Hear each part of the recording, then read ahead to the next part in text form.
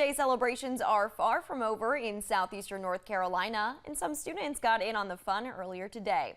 First graders at Wrightsville Beach School spent the day at Harbor Way Gardens learning about the environment.